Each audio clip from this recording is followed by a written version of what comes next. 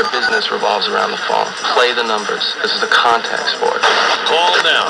1-800-222-5222. James is in Texas. How you doing, James? Good, thanks. I think that it was good advice when you that people shouldn't jump to conclusions. We shouldn't rush to judgment. I think that's excellent advice for everyone. But I had a problem with last week.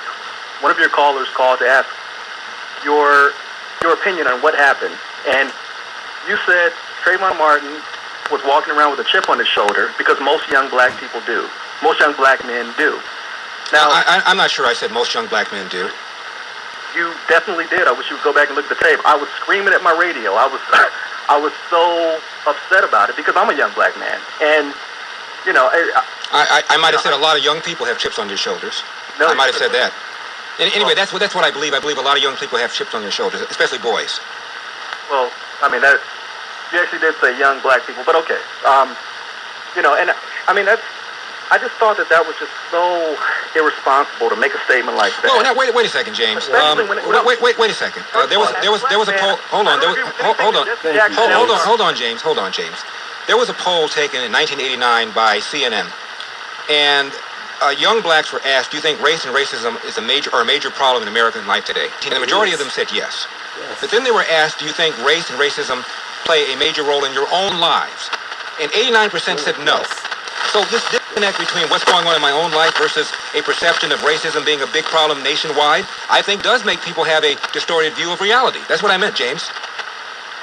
Do you think that white people are any less, I guess as you put it, distorted about race than black people are? Well, it's funny you should say that. There was a special on CNN, Anderson Cooper special, a couple of days ago. And black parents were, turns out, talked to their kids about race, and white parents did not. And the reason white parents did not is that white parents perceive race and racism to be no longer significant problems in America anymore, so therefore they didn't talk to their children about that because they didn't think it was a big deal. Can I? Okay, now, all right, I'm originally from L.A. I live here in Texas or whatever. Mm-hmm. I date all different kinds of women, always have. I don't see any color lines when it comes to, anything like that. Mm-hmm. I was dating an Asian girl, out in Hermosa Beach. You talk about verbal daggers. I would get verbal daggers mainly not from Asian men, but from white men. And I mean, looks, and I mean, her and I both were so uncomfortable going out to mostly white areas, Orange County, Southern Orange County, especially out there at the Spectrum. I don't think white people are honest in front of other people. Like when they call your radio show, mm-hmm. they don't say what's really. All right, James. I guess everybody that I know who's white has lied to me. I just had dinner the other night with a friend of mine who has been involved in politics for something like 30 years. He's a media consultant. And I said, just between us white girls, tell me, when you talk to your friends in the political business, how many of them believe that President Obama shouldn't be president because he's black? How many of them are against Obama, not because of his views, not because of Obamacare or stimulus or any of the other stuff that he's done, but because he's black? He said, 0. I haven't met anybody in 30 years who's felt that way.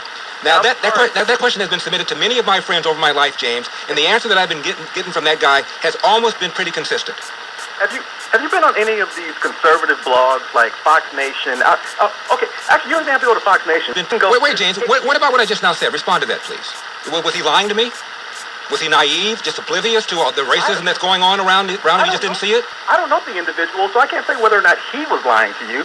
But I can speak on what I see every day. I was on KTLA's website. Okay, there was a story last week of a black girl that was driving in her car while texting with a baby in her lap. I remember that. So stupid, so ridiculous. Mm-hmm. I was so mad at her.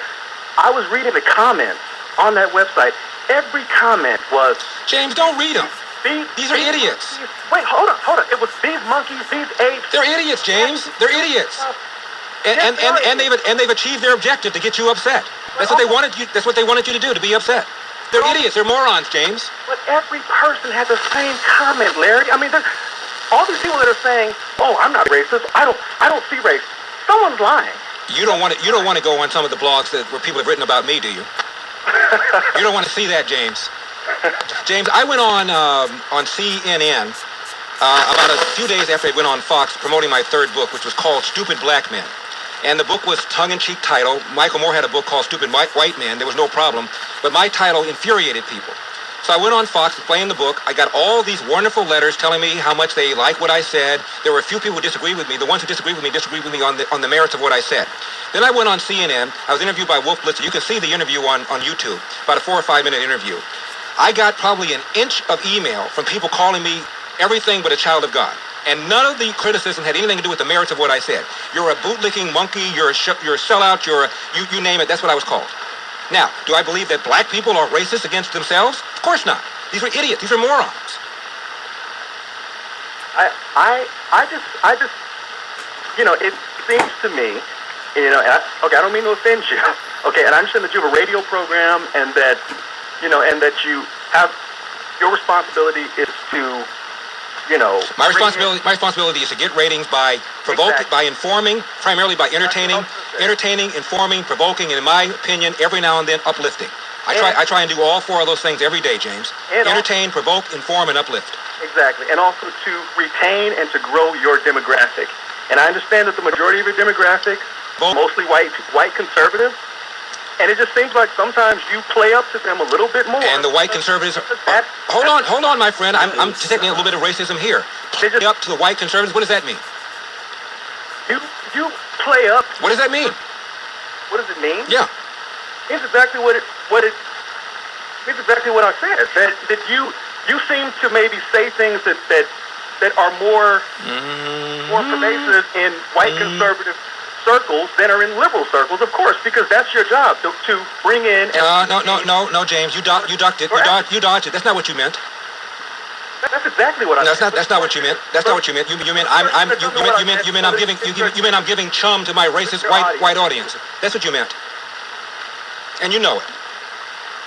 That's what you meant, James. I'm giving chum to my racist white audience, and after you got busted, then you changed and said, well, you're catering to liberals, just as I would understand you do so. You wouldn't cater to liberals. You would cater to conservatives.